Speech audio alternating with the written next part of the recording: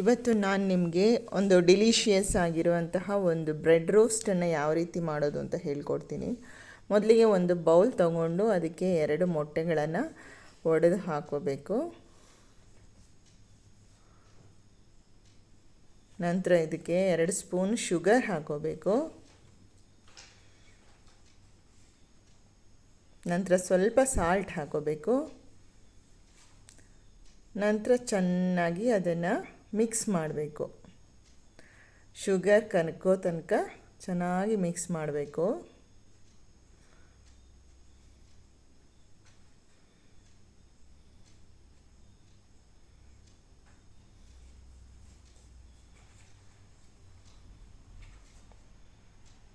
ಈಗ ಇದಕ್ಕೆ 1 ಗ್ಲಾಸ್ ಸಣ್ಣ ಗ್ಲಾಸಲ್ಲಿ ಸ್ವಲ್ಪ ಹಾಲು ಹಾಕೋಬೇಕು.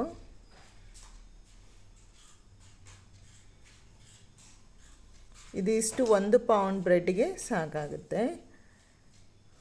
ಈಗ ಇದಕ್ಕೆ ಸ್ವಲ್ಪ ಅರಿಶಿನ ಪುಡಿ ಹಾಕೋಬೇಕು. ನಂತರ ಸ್ವಲ್ಪ ಏಲಕ್ಕಿ ಪುಡಿ ಹಾಕೋಬೇಕು. ಪುನಃ ಸ್ವಲ್ಪ ಚೆನ್ನಾಗಿ ಮಿಕ್ಸ್ ಮಾಡಬೇಕು.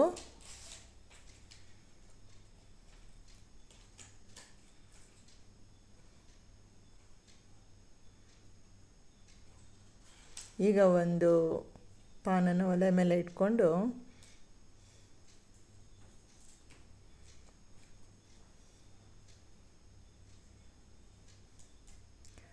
ಬ್ರೆಡ್ಡನ್ನು ಹಾಲು ನಾವು ಮಿಕ್ಸ್ ಮಾಡ್ಕೊಂಡಿರ್ತೀವಲ್ಲ, ಎಗ್ ಮತ್ತು ಹಾಲು, ಅದಕ್ಕೆ ಡಿಪ್ ಮಾಡಿ ಒಂದೊಂದೇ ಕಾಯಿಸ್ಕೋಬೇಕು.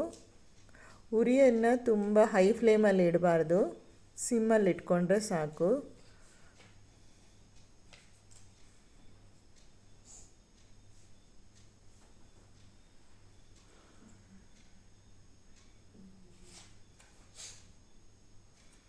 ನೋಡಿ, ಚೆನ್ನಾಗಿ ರೋಸ್ಟ್ ಆಗ್ತಾ ಇದೆ. ಕಲರ್ ಕೂಡ ಚೇಂಜ್ ಆಗ್ತಾ ಇದೆ. ಟೇಸ್ಟ್ ಕೂಡ ಅಷ್ಟೇ ಚೆನ್ನಾಗಿರುತ್ತೆ. ನಿಮ್ಮ ಮನೆಯಲ್ಲಿ ಸಣ್ಣ ಮಕ್ಕಳಿದ್ದರೆ ಅಥವಾ ನಿಮಗೂ ಆದರೂ ಅಷ್ಟೇ ಈವ್ನಿಂಗ್ ಸ್ನ್ಯಾಕ್ಸ್ ಅಂತಲೂ ಮಾಡ್ಕೋಬೋದು, ಬೆಳಗ್ಗೆ ಬ್ರೇಕ್ಫಾಸ್ಟ್ ಅಂತಲೂ ಮಾಡ್ಕೋಬೋದು. ಟೇಸ್ಟ್ ಮಾತ್ರ ತುಂಬಾ ಚೆನ್ನಾಗಿರುತ್ತೆ. ಒಂದು ಸಲ ಮಾಡಿ ನೋಡಿ, ತುಂಬ ಡಿಲಿಷಿಯಸ್ ಆಗಿರುತ್ತೆ.